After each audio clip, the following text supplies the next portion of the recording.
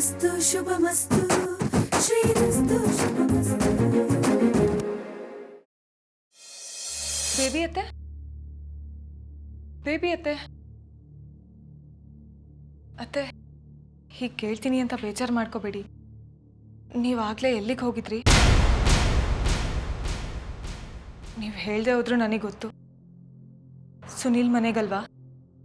ಹೌದು, ನಾನು ಅಲ್ಲಿಗೆ ಹೋಗಿದ್ದೆ. ಕಾರಣ? ಸುನೀಲ್ ತಾಯಿ ತುಂಬ ಹುಷಾರಿಲ್ಲ. ಅವರೇ ಅಡುಗೆ ತಿಂಡಿ ಮಾಡಿಟ್ಬಿಟ್ಟು ಆಫೀಸ್ಗೆ ಹೋಗೋದು. ಅವ್ರ ಕಷ್ಟ ನೋಡೋಕ್ಕಾಗದೆ ನಾನು ಹೋಗಿ ತಿಂಡಿ ಊಟ ಕೊಟ್ಬಿಟ್ಟು ಬಂದೆ. ನಿಮ್ಮ ಇಂಟೆನ್ಷನ್ ನನಗೆ ಅರ್ಥ ಆಗುತ್ತೆ. ಆದರೆ ನಿಮಗೆ ಗೊತ್ತಿಲ್ಲದೆ ಇರೋ ಒಂದು ವಿಷಯ ಇದೆ. ಸುನೀಲ್ ಲೈಫಲ್ಲಿ ಈಗಾಗಲೇ ಒಂದು ಹುಡುಗಿ ಬಂದು ಹೋಗಿದ್ದಾಳೆ, ಅಷ್ಟೇ ತಾನೇ?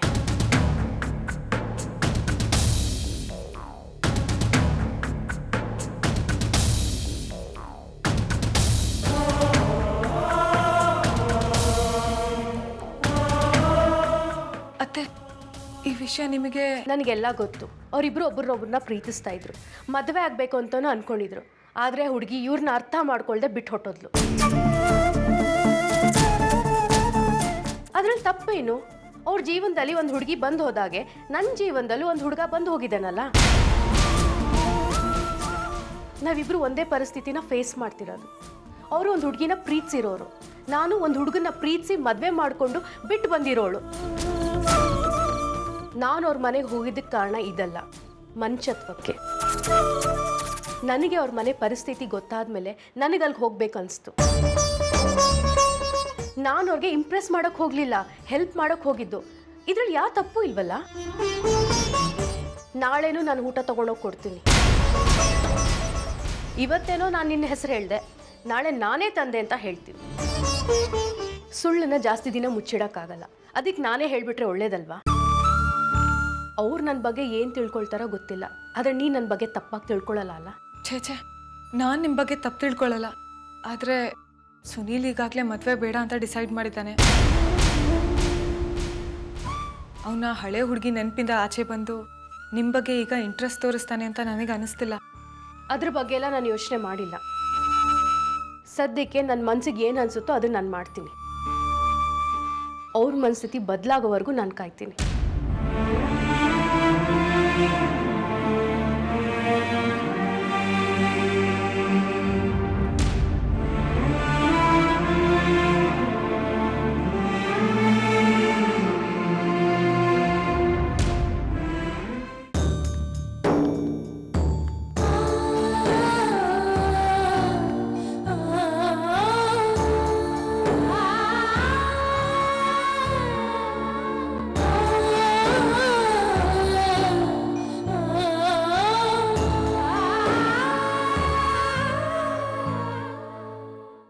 ಬರ್ತಾ ನಿನ್ನ ನಡವಳಿಕೆನೇ ನನಗೆ ಅರ್ಥ ಆಗ್ತಿಲ್ಲ.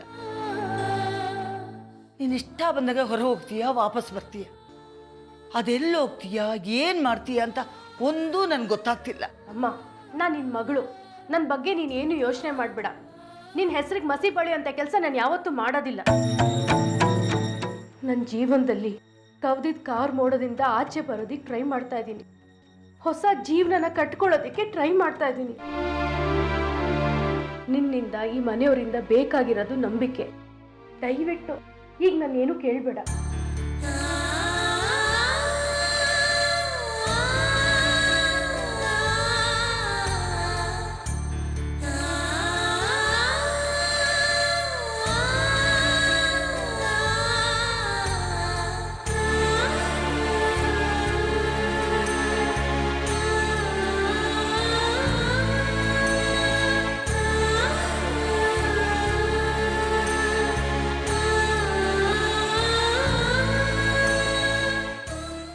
ದೇವ್ರೆ, ಈಗಾಗಲೇ ನೊಂದ್ಕೊಂಡಿದ್ದಾಳೆ.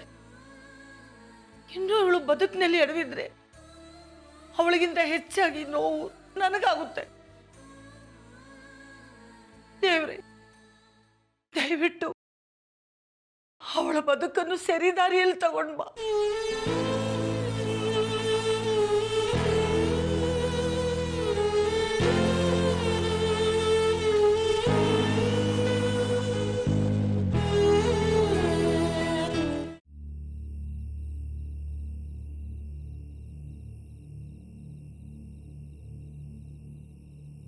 ಬೇಬಿ ಅವರಲ್ವಾ? ಇವ್ರೇನು ಮಾಡ್ತಾ ಇದಾರೆ ನಮ್ಮನೇಲಿ? ಮನೆಗೆ ಬರ್ತೀನಿ ಅಂತ ಇನ್ಫಾರ್ಮು ಮಾಡಿರಲಿಲ್ಲ. ಒಂದ್ಸತಿ ಊಟ ಕೊಟ್ಟು ಹೋದ್ರು. ಆದರೆ ಇಷ್ಟೊತ್ತಿನಲ್ಲಿ ಇಲ್ಲೇನು ಮಾಡ್ತಾ ಇದಾರೆ? ನಿನಗೆ ಯಾಕಮ್ಮ ಈ ಕಷ್ಟ? ನಾನು ಹೇಗೋ ಅನುಭವಿಸಿ ಸಾಯ್ತೀನಿ ಬಿಡು. ಕಷ್ಟ ಕಾಲಕ್ಕೆ ಯಾರು ಸಹಾಯಕ್ಕೆ ಬಂದರೆ ಆವಾಗಲೇ ಮನುಷ್ಯನ ಸಂಬಂಧಗಳಿಗೆ ಬೆಲೆ ಸಿಗೋದು. ನಿಮ್ಗೆ ಚಿಕ್ಕ ಸೇವೆ ಮಾಡೋದಕ್ಕೆ ನನಗೇನು ಕಷ್ಟ ಅಲ್ಲ. ನೀವು ಹೋಗಿ ಗಂಜಿ ಕುಡೀರಿ, ಮಾಡಿಟ್ಟಿದ್ದೀನಿ. ನೋಡಿದೀಯ ನನ್ನ ಸ್ಥಿತಿ ಹೇಗಿದೆ ಅಂತ. ನನ್ನ ಮಗ ಹೊರಗಡೆ ದುಡಿಮೆ ಮಾಡ್ಕೊಂಬರ್ಬೇಕು, ಮನೆಗೆ ಬಂದು ನನ್ನ ಸೇವೆನೂ ಮಾಡಬೇಕು. ನಾನು ಸತ್ತೋಗ್ಬಿಟ್ರೆ ಅವನು ಚೆನ್ನಾಗಿರ್ತಾನಲ್ವಾ? ಯಾಕೆ ಹೀಗೆಲ್ಲ ಮಾತಾಡ್ತೀರಾ? ನಿಮ್ಮ ಮಗನಿಗೆ ನಿಮ್ಮ ಮೇಲೆ ಪ್ರೀತಿ ಗೌರವ ಇದೆ. ಅವ್ರು ಯಾವತ್ತೂ ನಿಮ್ಮನ್ನು ಹೊರೆ ಅನ್ಕೊಳ್ಳಲ್ಲ. ಇದನ್ನೆಲ್ಲ ಮನ್ಸಿಗೆ ಹೊಚ್ಕೊಂಡು ಕೊರಗ್ತಾ ಕೂತ್ಕೊಂಡ್ರೆ ನೀವು ಯಾವತ್ತೂ ಹುಷಾರಾಗಲ್ಲ. ನಿಮ್ಮ ಆರೋಗ್ಯದ ಕಡೆ ಗಮನ ಕೊಡಿ, ನಿಮಗೆ ಆರಾಮ್ ಅನ್ಸುತ್ತೆ. ನಿಮ್ಮ ಮಗ ಬರೋ ಹೊತ್ತಾಯಿತು, ನಾನೇನು ಹೊರಡ್ತೀನಿ. ನಿಮ್ಮ ಮಗನಿಗೆ ಅಡುಗೆ ಮಾಡಿಟ್ಟಿದ್ದೀನಿ, ನಿಮ್ಮ ಗಂಜಿ ಮಾಡಿಟ್ಟಿದ್ದೀನಿ. ನೀವಿಬ್ಬರು ಕೂತ್ಕೊಂಡು ಊಟ ಮಾಡಿ. ಸರಿನಾ? ನಾನಿನ್ನು ಬರ್ತೀನಿ. ತುಂಬ ದೊಡ್ಡ ಮನಸ್ಸು ತಾಯಿ ನಿಂದು. ಯಾವ ಸಂಬಂಧನೂ ಇಲ್ದಲೇ ಬಂದು ನನ್ನ ಸೇವೆ ಮಾಡ್ತಾ ಇದೆಯಾ. ಆ ದೇವ್ರು ನಿನ್ನ ಚೆನ್ನಾಗಿಟ್ಟಿರಲಿ. ಬರ್ತೀನಮ್ಮ. ಒಳ್ಳೇದಾಗ್ಲಮ್ಮ.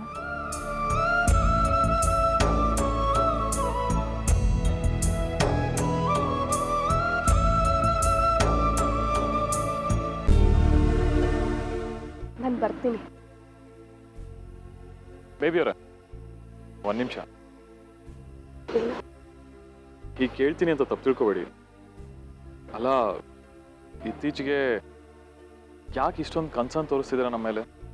ನೀವೇ ಹೇಳಿದ್ರಲ್ಲ ಕನ್ಸನ್ನು ಅಂತ. ಅಲ್ಲ, ನಮ್ಮ ಮೇಲೆ ಯಾಕೆ ಇಷ್ಟೊಂದು ಕನ್ಸರ್ನ್ ಅಂತ ಯಾಕೆ ಕೇಳ್ತಾ ಇದ್ದೀನಿ ಅಂದರೆ, ನೀವು ತುಂಬ ದೊಡ್ಡ ಮನೆಯಿಂದ ಬಂದಿರೋರು. ಕೈಗೊಬ್ರು ಕಾಲ್ಗೊಬ್ರು ಅಂತ ಆಳುಗಳಿರ್ತಾರೆ. ಅಂಥದ್ರಲ್ಲಿ ನೀವು ಬಂದು ನಮ್ಮ ಮನೇಲಿ ಈ ಥರ ಎಲ್ಲ ಕೆಲಸ ಮಾಡೋದು ಸರಿ ಹೋಗಲ್ಲ ಅಂತ ಅಷ್ಟೇ. ಜೀವನ ಎಲ್ಲ ಕಲಿಸುತ್ತೆ ಸುನಿಲ್ ಅವರೇ. ಇಂಥ ಕಷ್ಟಗಳನ್ನ ನಾನು ಮೊದಲೇ ಅನುಭವಿಸಿದ್ದೀನಿ. ಅದು ನಿಮಗೂ ಗೊತ್ತು ಅನ್ಸುತ್ತೆ. ನೀವು ಮತ್ತು ಜಾನ್ವಿ ಇಬ್ಬರು ಸೇರಿ ನಮ್ಗೆ ಎಷ್ಟು ಕನ್ಸರ್ನ್ ತೋರಿಸಿದ್ದೀರಾ, ಎಷ್ಟು ಪ್ರೀತಿ ವಿಶ್ವಾಸ ಕೊಟ್ಟಿದ್ದೀರಾ. ಅದಕ್ಕಿದು ಪ್ರತಿಫಲ ಅಂತ ನಾನು ಹೇಳ್ತಾ ಇಲ್ಲ. ಮಾಡ್ಬೇಕನ್ನಿಸ್ತು, ಮಾಡಿದೆ. ಕೆಲವೊಂದಕ್ಕೆ ಕಾರಣಗಳು ಬೇಕಾಗಿಲ್ಲ. ಮನಸ್ಸಿಗೆ ಏನು ಬರುತ್ತೋ ಅದನ್ನು ಮಾಡ್ಕೊಂಡು ಹೋಗ್ತಾ ಇರಬೇಕು. ನೋಡಿ ಬೇಬಿ ಅವರೇ, ನಾನು ನಿಮ್ಮ ಮಾತನ್ನು ಒಪ್ಪಲ್ಲ. ಯಾರು ಯಾವ ಕಾರಣನೂ ಇಲ್ಲದೆ ಏನೂ ಮಾಡೋದಿಲ್ಲ. ನೀವು ನನ್ನಿಂದ ಏನೋ ಮುಚ್ಚಿಡ್ತಾ ಇದ್ದೀರಾ, ಅದೇನು ಅಂತ ಹೇಳಿ. ನನ್ನ ಕಾರಣ ಹೇಳಲೇಬೇಕು ಅಂದರೆ ನಾನೊಂದು ಕಾರಣ ಕೊಡ್ಬೋದು. ಹೇಳ ಹೇಳಿ. ನಾನು ಇದನ್ನೆಲ್ಲ ಬಾಯ್ಬಿಟ್ಟು ಹೇಳೋ ಅವಶ್ಯಕತೆ ಇರಲಿಲ್ಲ. ನಿಮಗೆ ಅರ್ಥ ಆಗುತ್ತೆ ಅಂತ ನಾನು ಅಂದ್ಕೊಂಡಿದ್ದೆ. ನಾನೇ ಬಾಯ್ಬಿಟ್ಟು ಹೇಳ್ಬಿಡ್ತೀನಿ. ನಾನು ನಿಮ್ಮನ್ನು ತುಂಬ ಇಷ್ಟಪಡ್ತಿದ್ದೀನಿ.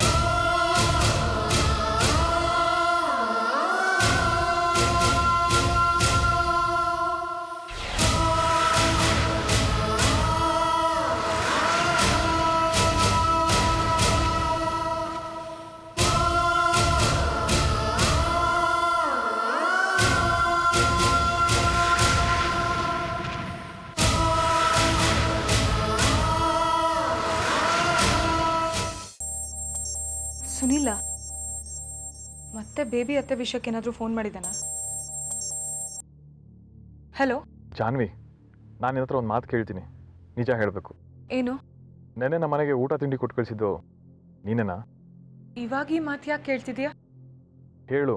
ಇಲ್ಲ, ಬೇಬಿ ಅತ್ತೆನೇ ತಂದಿದ್ದು. ಮತ್ತು ನೆನ್ನೆ ನಾನು ಕಾಲ್ ಮಾಡಿದಾಗ ಯಾಕೆ ಹೇಳಿಲ್ಲ ನೀನು? ನಾನು ಹೇಳಬೇಕು ಅಂತಿದ್ದೆ, ಆದರೆ ನೀನೇ ಟಾಪಿಕ್ ಚೇಂಜ್ ಮಾಡಿದೆ. ಅದು ಸರಿ, ಈಗ ಅದನ್ನು ಯಾಕೆ ಕೇಳ್ತಿದ್ಯಾ? ಅವ್ರು ಇವತ್ತು ಬಂದು ಏನು ಮಾಡಿದ್ದಾರೆ ಗೊತ್ತಾ? ನಮ್ಮ ಮನೆಯೆಲ್ಲ ಕ್ಲೀನ್ ಮಾಡಿ ಅಮ್ಮನಿಗೆ ಗಂಜಿ ಮಾಡಿಟ್ಟು ಹೋಗಿದ್ದಾರೆ. ಇದನ್ನೆಲ್ಲ ಯಾಕೆ ಮಾಡ್ತಾ ಇದ್ದೀರಾ ಅಂತ ಕೇಳಿದ್ರೆ, ನಿಮ್ಮನ್ನು ಕಂಡ್ರೆ ಇಷ್ಟ ನನಗೆ, ಅದಕ್ಕೆ ಇದನ್ನೆಲ್ಲ ಮಾಡ್ತಾ ಇದ್ದೀನಿ ಅಂದರು.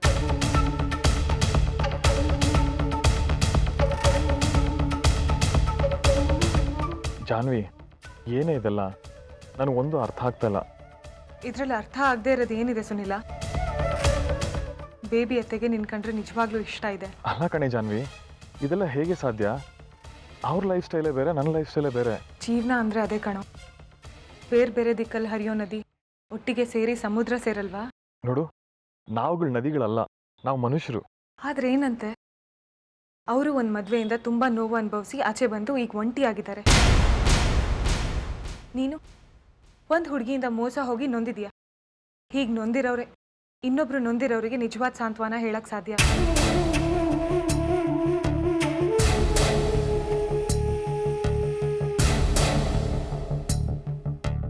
ನನಗೇನನ್ಸುತ್ತೆ ಗೊತ್ತಾ, ನೀವಿಬ್ರು ಮದುವೆ ಆದರೆ ಒಬ್ರನ್ನೊಬ್ರು ಅರ್ಥ ಮಾಡ್ಕೊಂಡು ಸಂತೋಷವಾಗಿ ಜೀವನ ಮಾಡ್ತೀರಾ ಅಂತ. ಅಲ್ಲ ಜಾನ್ವಿ, ನಂಗೆ ಏನು ಹೇಳಬೇಕು ಅಂತಾನೆ ಅರ್ಥ ಆಗ್ತಿಲ್ಲ ಕಣೆ. ಮನಸ್ಸು ತುಂಬ ಗೊಂದಲದಲ್ಲಿದೆ. ಮೊದಲು ನೀನು ಶ್ವೇತ ನೆನಪಿಂದ ಆಚೆ ಬಾ, ಹಾಗೆಲ್ಲ ಸರಿ ಹೋಗುತ್ತೆ. ಹಾಗಂತ ಬೇಬಿ ಅತ್ತೆನ ನೀನು ಮದುವೆ ಆಗಬೇಕು ಅಂತ ನಾನು ಫೋರ್ಸ್ ಮಾಡ್ತಿಲ್ಲ.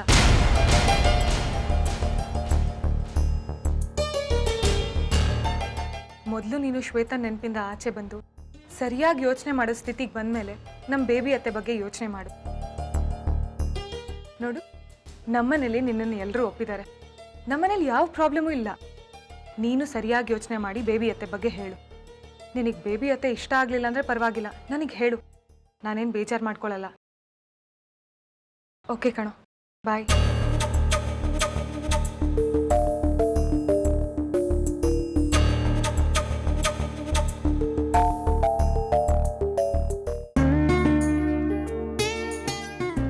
ಇಲ್ಲ ಸುನೀಲ್, ನೀನು ಯಾವ ಪರಿಸ್ಥಿತಿನಲ್ಲಿದ್ರೂ ನನ್ನ ನಿರ್ಧಾರದಿಂದ ನಾನು ಹಿಂದೆ ಸರಿಯೋದಿಲ್ಲ.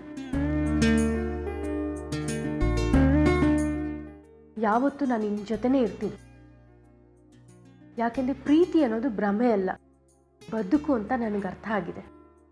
ನಿನ್ನಿಂದ ನಾನು ಅದನ್ನೇ ನಿರೀಕ್ಷೆ ಮಾಡೋದು.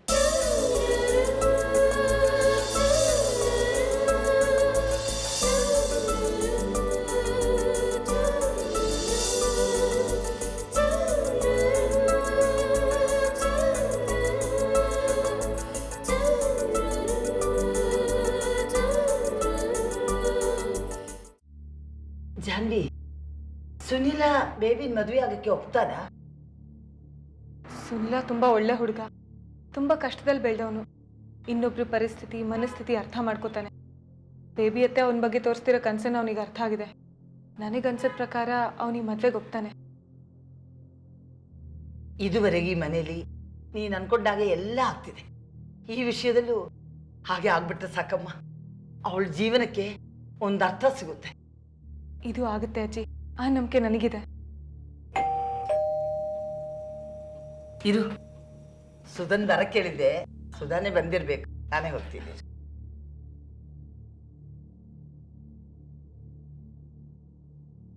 ಓ ಸುನಿಲ್, ನೀವಾ? ಬನ್ನಿ. ಚೆನ್ನಾಗಿದ್ದೀರಾ? ನೀವು ಚೆನ್ನಾಗಿದ್ದೀರಾ? ಹಾಂ, ಚೆನ್ನಾಗಿದೆ. ಅಮ್ಮ ಚೆನ್ನಾಗಿದ್ದಾರಾ? ಹಾಂ, ಇದ್ದಾರೆ. ಒಂದು ನಿಮಿಷ ಕೂತ್ಕೊಳ್ಳಿ, ಬನ್ನಿ. ಜಾನ್ವಿ, ಜಾನ್ವಿ, ಏನಜ್ಜಿ? ಸುನಿಲ ಬಂದಿದ್ದಾನೆ. ಸುನಿಲನ? ಅವನಿಗೆ ಕುಡಿಯಕ್ಕೆ ಏನಾದರೂ ತಗೊಂಡ. ಸರಿ ಅಜ್ಜಿ.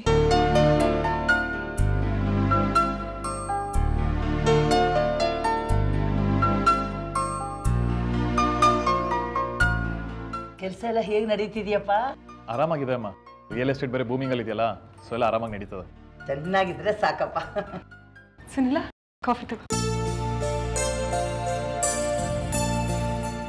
ಹೇಗಿದೆಯಾ? ನಾನು ಆರಾಮಾಗಿದ್ದೀನಿ. ನಿನಗೆ ಗೊತ್ತಲ್ಲ, ಅಮ್ಮನ ಆರೋಗ್ಯದ ವಿಚಾರ ಬಿಟ್ಟರೆ ನಂಗೆ ಬೇರೆ ಏನೇನು ಟೆನ್ಷನ್ಸ್ ಇಲ್ಲ ಕಣೆ. ನೀನು ನಿನ್ನ ತಾಯಿ ಮೇಲೆ ಇಟ್ಟಿರೋ ಪ್ರೀತಿಗೆ ಆ ದೇವರು ಕರುಣೆ ತೋರಿಸ್ತಾನೆ. ಖಂಡಿತ ನಿನ್ಗೆ ಒಳ್ಳೇದು ಮಾಡ್ತಾನಪ್ಪ. ಮತ್ತೆ ಏನು ಬಂದಿತ್ತು? ನಾನು ಯಾಕೆ ಬಂದಿದ್ದೀನಿ ಅಂತ ನಿನ್ಗೆ ಅರ್ಥ ಆಗಿರಬೇಕು. ನೀನು ಹೇಳಿದ್ರ ಬಗ್ಗೆ ರಾತ್ರಿ ಎಲ್ಲ ನಾನು ಯೋಚನೆ ಮಾಡಿದೆ.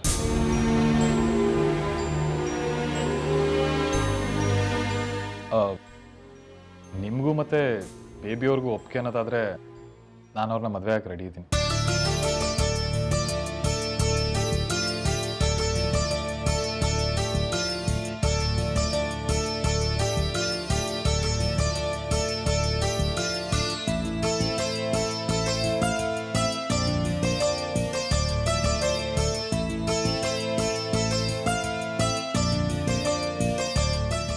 ತುಂಬ ಸಂತೋಷನಪ್ಪ. ನಿನ್ನಂತ ಒಳ್ಳೆ ಹುಡುಗ ನನ್ನ ಮಗಳನ್ನ ಮದುವೆ ಆಗ್ತಿದ್ದಾನೆ ಅಂದರೆ ಅದಕ್ಕಿಂತ ಸಂತೋಷ ಇನ್ನೇನಿದಪ್ಪ. ಸುನಿಲ, ನಿನ್ನ ನಿರ್ಧಾರ ಕೇಳಿ ನನಗೆ ತುಂಬ ಖುಷಿ ಆಯಿತು. ಆದರೆ ಇದು ನಿನ್ನ ಮದುವೆ ವಿಚಾರ, ನಿನ್ನ ಭವಿಷ್ಯದ ವಿಚಾರ. ನಾನು ಹೇಳಿದೆ ಅಂತ ನೀನು ಈ ಡಿಸಿಷನ್ ತಗೊಳ್ಳಿಲ್ಲ ಅಲ್ವಾ? ಖಂಡಿತ ಇಲ್ಲ ಜಾನ್ವಿ, ನಾನೆಲ್ಲ ಥರದಲ್ಲೂ ಯೋಚನೆ ಮಾಡಿನೇ ಸಂತೋಷದಿಂದ ನಿರ್ಧಾರ ಕೊಡ್ತಾ ಇದ್ದೀನಿ. ಥ್ಯಾಂಕ್ಸ್ ಸುನಿಲ, ನಿನ್ನಿಂದ ನಾನು ಇದನ್ನೇ ಎಕ್ಸ್ಪೆಕ್ಟ್ ಮಾಡಿದ್ದು. ಬೇಬಿ ಅತ್ತೆ, ನಿಮಗೆ ಒಪ್ಕೆನಾ?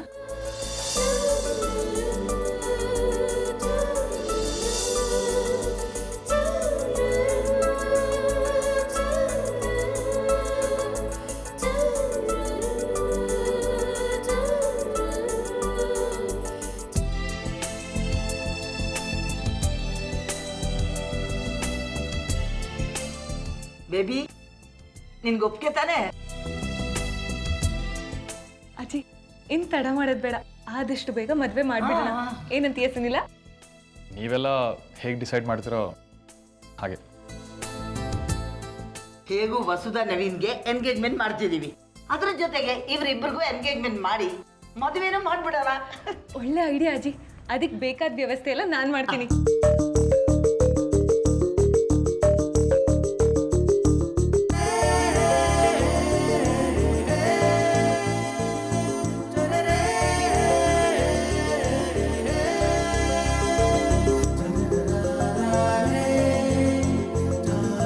ನಾನು ನಿಮ್ಮ ಹತ್ರ ಒಂದು ಮುಖ್ಯವಾದ ವಿಷಯ ಮಾತಾಡಬೇಕು.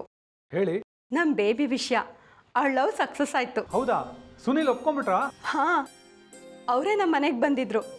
ನನಗೆ ಬೇಬಿ ಇಷ್ಟ, ನೀವು ಯಾವಾಗ ಮದುವೆ ಮಾಡಿಕೊಟ್ರು ಸರಿ, ಮದುವೆ ಮಾಡ್ಕೊಂಡು ಕರ್ಕೊಂಡು ಹೋಗ್ತೀನಿ ಅಂತ ಹೇಳಿದರು. ಏನು ತೀರ್ಮಾನ ಮಾಡಿದ್ರು ಮನೇಲಿ? ನಿಮ್ಗೆ ಕ್ಯೂರಿಯಾಸಿಟಿ? ಅವ್ರ ಮದುವೆ ಜೊತೆ ನಮ್ಮ ಮದುವೆನೂ ಆಗತ್ತಲ್ಲ ಅಂತ. ಅತ್ತೆ ಇನ್ನೂ ಪುರೋಹಿತರ ಜೊತೆ ಮಾತಾಡೋಕ್ಕಾಗಿಲ್ಲ. ಆದಷ್ಟು ಬೇಗ ಎಂಗೇಜ್ಮೆಂಟ್ ಡೇಟ್ ಫಿಕ್ಸ್ ಮಾಡ್ತೀನಿ ಅಂತ ಹೇಳಿದ್ದಾರೆ. ಓ, ಈಗ ಬೇಬಿ, ಸುನಿಲ್ ಮತ್ತೆ ನಿಮ್ಮ ಎಂಗೇಜ್ಮೆಂಟ್ ಒಟ್ಟಿಗೆ? ಅದನ್ನ ಹೇಳೋಣ ಅಂತಾನೆ ಫೋನ್ ಮಾಡಿದ್ದು. ಸಂತೋಷ ಆಯ್ತಾ?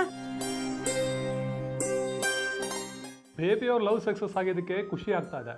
ಆದರೆ ನಮ್ಮ ಮದುವೆ ವಿಷಯ ಇನ್ನೂ ಅಲ್ಲೇ ನಿಂತಿದೆಯಲ್ಲ, ಹೇಗೆ ಸಂತೋಷ ಪಡಲಿ? ನಿಮ್ಮ ಅಕ್ಕಂದಿರಿಗೆಲ್ಲ ಹೇಳ್ರಿ, ಬೇಗ ನಿಮ್ಮ ಅತ್ತೆ ಹತ್ರ ಮಾತಾಡೋದಕ್ಕೆ. ಏನಂತ? ಎಂಗೇಜ್ಮೆಂಟ್ ಎಲ್ಲ ಏನು ಬೇಡ, ಬೇಗ ಮದುವೆ ಮಾಡಿ ಮುಗಿಸ್ಬಿಡಿ ಅಂತ. ಯಾಕಿಷ್ಟು ಅವಸರ? ಯಾಕೆ, ನಿಮ್ಗೆ ಅವಸರ ಇಲ್ವಾ? ನಿಮ್ಮಷ್ಟಿಲ್ಲ ಅನ್ಸತ್ತೆ. ಅನ್ಸುತ್ತೆ, ಅಂದರೆ ಕನ್ಫರ್ಮ್ ಇಲ್ಲ ಅಲ್ವಾ? ಅತ್ತೆ ಹತ್ರ ಹಾಗೆಲ್ಲ ಕೇಳೋಕ್ಕಾಗಲ್ಲ. ಅವರಾಗೆ ಡಿಸೈಡ್ ಮಾಡೋರ್ಗೂ ಕಾಯಬೇಕು. ಗೊತ್ತು. ಗೊತ್ತಿದ್ಮೇಲೆ ಮತ್ತೆ ಯಾಕೆ ಕೇಳಿದ್ರಿ? ಏನೋ ನಿಮ್ಮ ಜೊತೆ ಮಾತಾಡೋದಕ್ಕೆ ನೆಪ ಬೇಕಲ್ವಾ? ಇವತ್ತಲ್ಲ ನಾಳೆ ನಿಮ್ಮ ಹೆಂಡತಿ ಆಗೋಳು, ನನ್ನ ಹತ್ರ ಮಾತಾಡಕ್ಕೆ ನೆಪ ಹುಡುಕ್ಬೇಕಾ? ಓಹ್, ರಿಯಲಿ ನೈಸ್.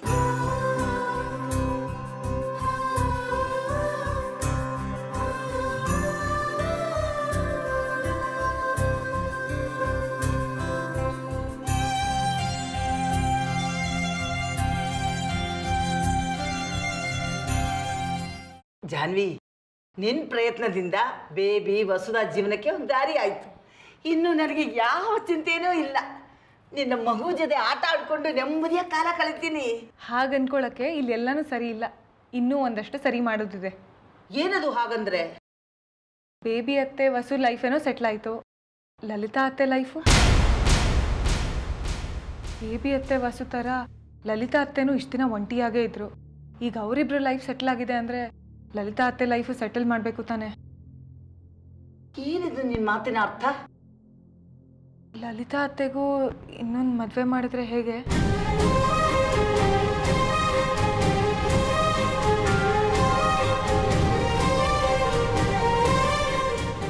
ನನಗೂ ಎಷ್ಟೋ ಸಲ ಹಾಗೆ ಅನಿಸಿದೆ ಜಾನ್ವಿ. ಚಿಕ್ಕ ವಯಸ್ಸಲ್ಲಿ ಗಂಡ ಮಗುನ ಕಳ್ಕೊಂಡು ಲಲಿತಾ ಜೀವನದಲ್ಲಿ ಒಂಟಿ ಆಗ್ಬಿಟ್ಟಿದ್ದಾಳೆ. ಇನ್ನೊಂದ್ಸಲ ಮದುವೆ ಮಾಡ್ಕೊ ಅಂತ ಕೇಳಿದ್ರೆ ಎಲ್ಲಿ ಬೇಜಾರು ಮಾಡ್ಕೊಳ್ತಾಳೋ ಅಂತ ನಾನೂ ಕೇಳಲಿಲ್ಲ, ಅವಳು ಏನೂ ಹೇಳಲಿಲ್ಲ. ಇಂಥ ವಿಷಯನ ಅವರೇ ಮುಂದೆ ಬಂದು ಹೇಗೆ ಮಾತಾಡ್ತಾರೆ ಅಜ್ಜಿ? ನೀವೆಲ್ಲಿ ತಪ್ಪು ತಿಳ್ಕೊತೀರಾ ಅಂತ ಅವರು ಸುಮ್ಮನಾಗಿರ್ತಾರಲ್ವಾ? ಇನ್ನೂ ಕಾಲ ಮಿಂಚಿಲ್ಲ ಅಜ್ಜಿ. ಹೇಗಾದರೂ ಮಾಡಿ ನಾವು ಲಲಿತಾ ಅತ್ತೆ ಹತ್ರ ಮಾತಾಡಿ ಇನ್ನೊಂದು ಮದುವೆಗೆ ಒಪ್ಪಿಸ್ಬೇಕು. ಅವಳು ಇನ್ನೊಂದು ಮದುವೆಗೆ ಒಪ್ತಾಳೆ ಅಂತ ನನಗನ್ಸಲ್ಲ, ಆದರೆ ಅವಳು ಮದುವೆಗೆ ಒಪ್ಲಿ ಅಂತಾನೆ ನನ್ನ ಆಸೆ. ಅತ್ತೆ, ಈ ಆಸೆ ಇಟ್ಕೋಬೇಡಿ.